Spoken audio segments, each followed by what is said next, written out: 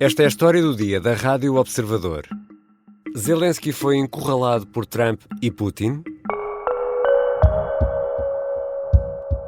І тому я би хотів, щоб було більше правди у команди Трампа. Volodymyr Zelensky subiu o tom ao falar de Donald Trump. O presidente ucraniano diz que espera que os Estados Unidos falem com verdade e não entrem no jogo das falsidades. Diz mesmo que Trump retirou Vladimir Putin do isolamento em que se encontrava. A discussão de uma eventual paz na Ucrânia entre Washington e Moscovo, sem Kiev, não caiu nada bem. Zelensky perdeu Biden. Os Estados Unidos mudaram a política em relação à Ucrânia. Donald Trump, na rede social que criou, Truth Social, escreveu que o presidente ucraniano, e citamos, é um ditador sem eleições. Zelensky deve mexer-se rápido ou já não terá país. Fim de citação. Zelensky vai perder a guerra e o poder depois de 3 anos de conflito? É uma das perguntas para Nuno Amaral Jerónimo, professor universitário, especialista em Sociologia da Comunicação e que segue atentamente a atualidade ucraniana e do leste europeu. Eu sou o Ricardo Conceição e esta é a história do dia de quinta-feira, 20 de fevereiro. Bem-vindo, Nuno Amaral Jerónimo. Muito obrigado pelo convite. Nuno, vou aqui recorrer a uma metáfora tauromáquica para esta pergunta. Zelensky é assim como aquele forcado que está na cara do touro e antes da pega, de repente olha para trás e afinal os ajudas não estão lá, não está lá ninguém para o ajudar? Sim, eu acho que essa imagem é bastante feliz. Feliz a imagem, infeliz a situação. Exato. Eu acho que é uma metáfora que corresponde à verdade. E não só Zelensky, deixe-me acrescentar isto, Ricardo, não é só Zelensky, é a Ucrânia, a Ucrânia enquanto povo.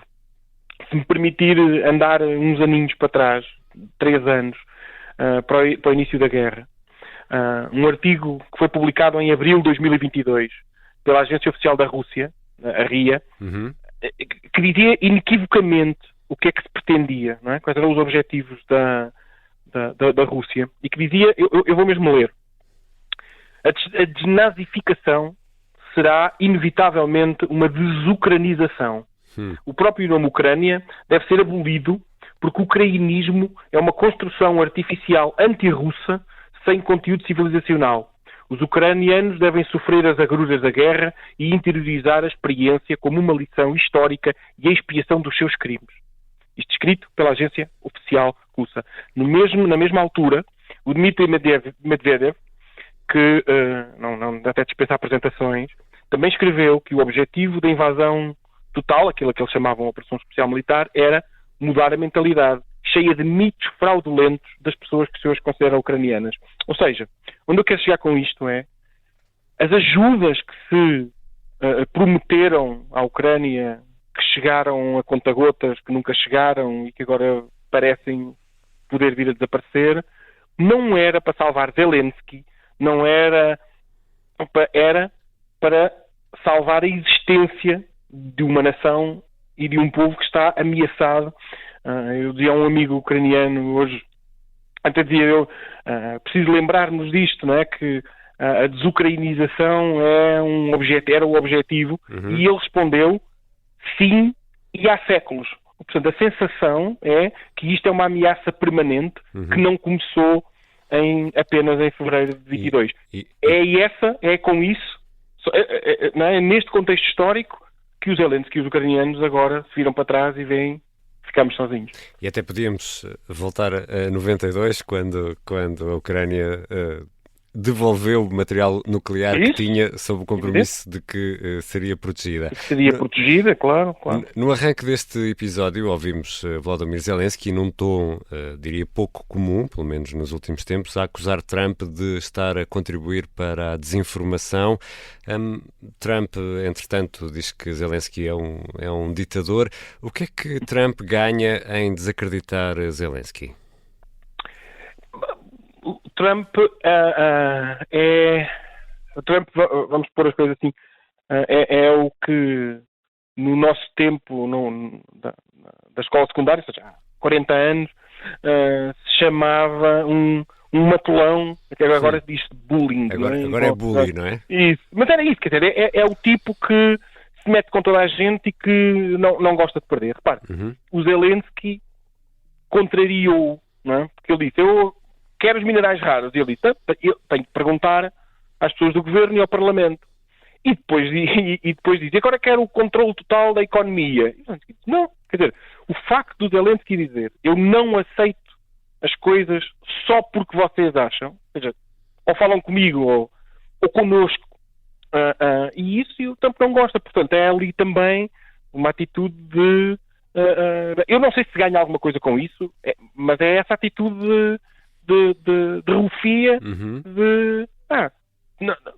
não queres colaborar comigo, portanto eu vou tentar dizer coisas, e já vamos a seguir, como isso é mentira, as coisas que o Trump tem vindo a dizer. Não é? Ou seja, não podemos dizer, invertendo aqui um pouco os papéis, porque também ficou patente isso nas declarações de Trump, que no fundo a Ucrânia era culpada da guerra, não podemos dizer que Zelensky se pôs a jeito para esta situação que estamos a viver agora? Isso depende.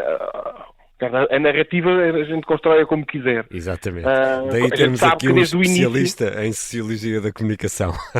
Não, a gente sabe que desde o início os russos têm tentado. A narrativa da Rússia é essa. A culpa é deles. A culpa é da Ucrânia. A Ucrânia é que fez isto. Mesmo usando mentiras, mas essa é a narrativa. A Ucrânia é culpada disto porque não deixa as pessoas falar russo, o que é mentira, ou porque se quer... O próprio Zelensky falava russo, não é? O próprio Zelensky falava russo. Nasceu a falar russo, cresceu russo, era um russo-falante, sim. Como quase toda a gente na zona do Donbass, como a maior parte das pessoas no sul, como 90% das pessoas da zona de Odessa, como... Isso nunca fez com que as pessoas não se sentissem ucranianas, ou seja, essa divisão entre russo-falantes e ucraniano-falantes, desculpe, não era uma divisão, era uma separação linguística, digamos assim, que as pessoas falavam duas línguas diferentes, que se entendiam mutuamente, porque toda a gente é bilingue e, portanto, é fácil entender essas duas línguas, mas além disso, além de uma parte da população nessas zonas que também falam uma coisa que se chama um súrgico, que é a mistura, uma língua que é uma mistura das duas, que usam palavras das duas línguas. Isso não era uma divisão nem civilizacional, nem ideológica. Basta ver que o Zelensky ganhou com 70% até em zonas onde havia uma maioria de russo-falantes. Portanto, essa divisão é uma divisão artificial. Mas outras coisas, outras alegações, e portanto dizer que a Ucrânia se põe a jeito, a Ucrânia pôs-se a jeito aqui, se nós considerarmos que por causa de se terem defendido e por causa de não se terem deixado invadir sem luta, se puseram a jeito, está bem, então nesse sentido sim.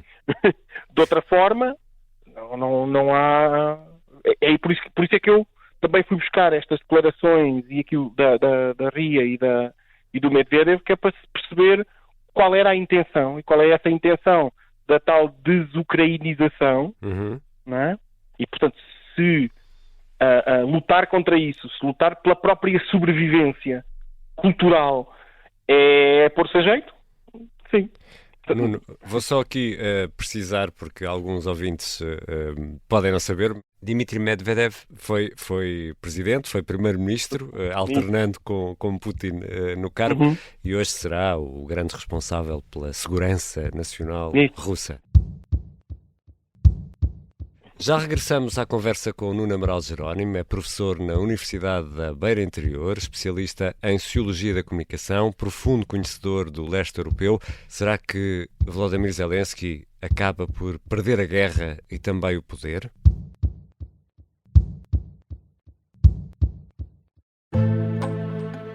O sargento na cela 7. O homem na cela 7 escapou à morte por pouco. Piratinha do ar. Eu já disse que ele só tem 16 anos. Um espião no Kremlin.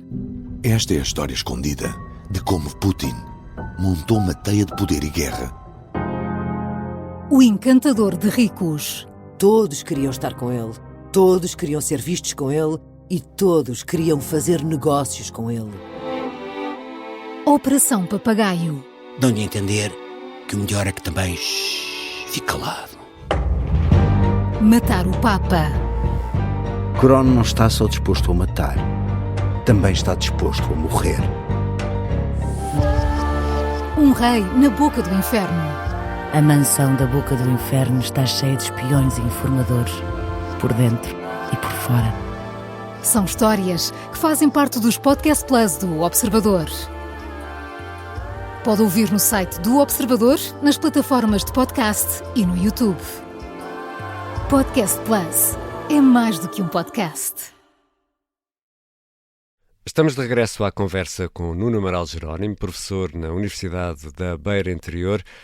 Nuno, Donald Trump diz que a taxa de popularidade de Zelensky é de 4%, um valor que o presidente ucraniano rejeita. Duas perguntas aqui numa. Há indicadores de popularidade fiáveis na Ucrânia, um país em guerra? E se há, quais são os resultados? A Ucrânia é um país em guerra, mas não deixa por isso de ser um país com instituições académicas e organismos de investigação a funcionar. Um deles, que é bastante credível, é o Instituto Internacional de Sociologia de Kiev, que faz sondagens e estudos de opinião regulares sobre os sentimentos das pessoas, incluindo a popularidade do presidente Zelensky, mas também visões otimistas e pessimistas do futuro, o papel do Parlamento. Portanto, não faz só essa, vai fazendo regularmente.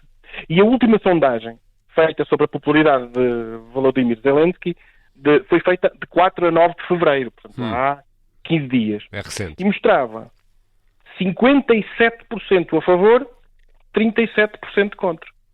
Portanto, é um bocadinho distante dos 4%. De Putin. E curiosamente,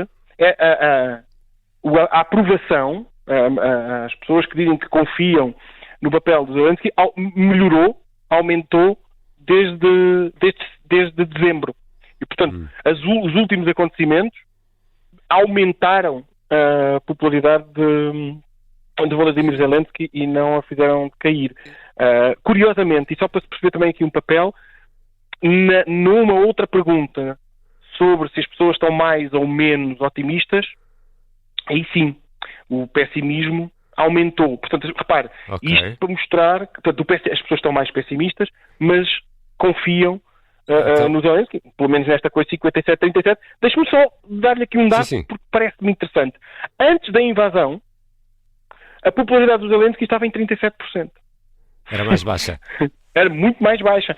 Chegou a estar a 90%, é verdade, não é? Mas, quer dizer, 57% ainda é a maioria das pessoas. Ele que chegou ao poder também com promessas de limpar o país da corrupção, mas entretanto houve muita coisa a mudar, nomeadamente uma guerra, não é? E isso permite-nos perceber como é que os ucranianos também estão a olhar para esta hipótese de uma paz discutida a dois entre Trump e Putin e sem a Ucrânia?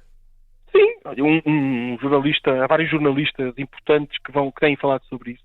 Um é o Yaroslav Trofimov, que escreveu no próprio dia que não se esqueçam da agência dos ucranianos.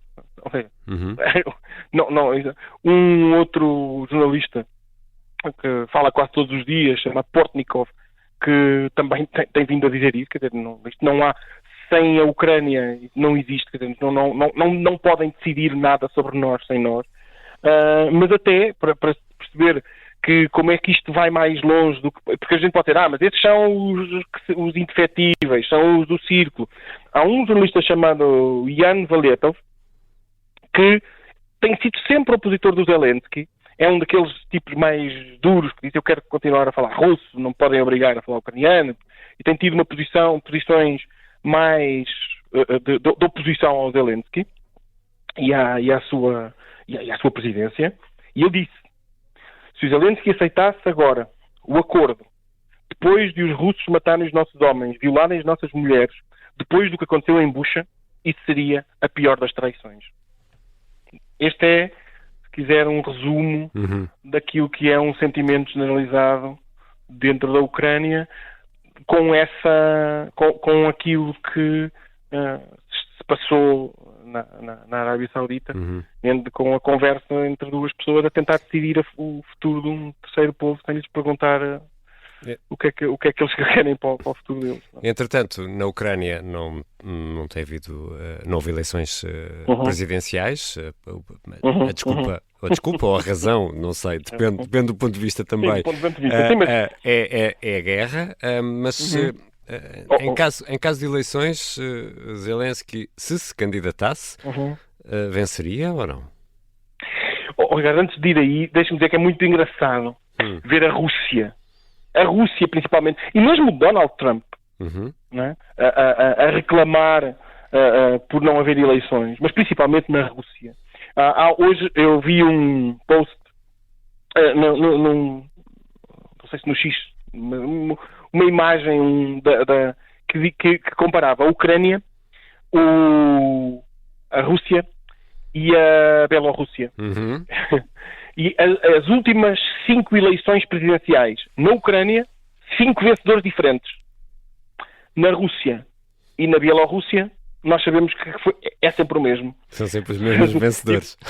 E portanto, quando se quer falar de eleições, quando se está a falar de eleições e da democraticidade dessas eleições, este é um primeiro dado, não é? Eleições livres e com a possibilidade plurais, claro. de mudar de presidente que tem tido na Ucrânia e que nos outros dois países. Portanto, a Rússia falar de eleições livres é uma gargalhada, quer dizer, portanto, esse é um primeiro ponto. O segundo é mais difícil perceber, porque também dependeria dos candidatos adversários, depende, mas se me permite sair do meu papel de analista durante 30 segundos, e eu não sei se ele se quer candidatar, não é muito fácil, por exemplo, porque aqui no Instituto de Sociologia de Kiev não há dados sobre o que seriam umas eleições, é mais difícil de fazer essa análise. Há quem diga que não, que até o general Zaluzny é que poderia ser o próprio possível vencedor, não é? Há algumas ideias sobre isso, mas o que eu diria, quando eu dizia de sair do papel, é dar aqui a minha opinião. Eu acho que era melhor que ele não se candidatasse, sinceramente, porque era sair, dizer, este foi o meu papel, esticou-se para além disso, que me parece legítimo, até pela Constituição da Ucrânia, que não pode haver eleições em tempo de guerra, e que também os ucranianos acompanham os ucranianos com quem tenho falado e quando se perguntam as eleições, dizem, mas como é que é possível haver eleições livres em tempo de guerra?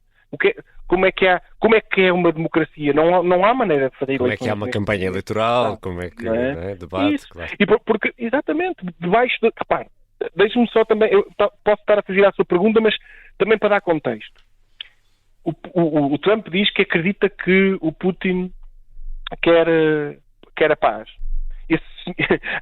Essa crença é baseada em qualquer coisa mística, porque nas últimas 3 noites a ucraniana foi bombardeada violentamente com mísseis e drones. O centro de Odessa foi atacado a noite passada, e também para se perceber o que é isso de viver em guerra e de fazer eleições nessas condições, uma cidade com 5 graus negativos, e os russos atacaram precisamente a central de onde sai o aquecimento central, deixando as pessoas sem aquecimento central com as temperaturas invernais. E, portanto, esse também é o país que quer, segundo o Sr. Trump, quer a paz. E, portanto, a coisa é como é que se fazem eleições num país que está permanentemente em guerra, permanentemente a ser vítima de ataques constantes. E, portanto, a Constituição ucraniana tem não permite. Tem essa salva e, portanto... Obrigado, Nuno Amaral Jerónimo. E obrigado pelo convite. Nuno Amaral Jerónimo é professor universitário, especialista em Sociologia da Comunicação na Universidade da Beira Interior e segue também atentamente a atualidade ucraniana e do leste europeu. Esta foi a história do dia. A sonoplastia é do Artur Costa, a música do genérico do João Ribeiro. Eu sou o Ricardo Conceição. Até amanhã.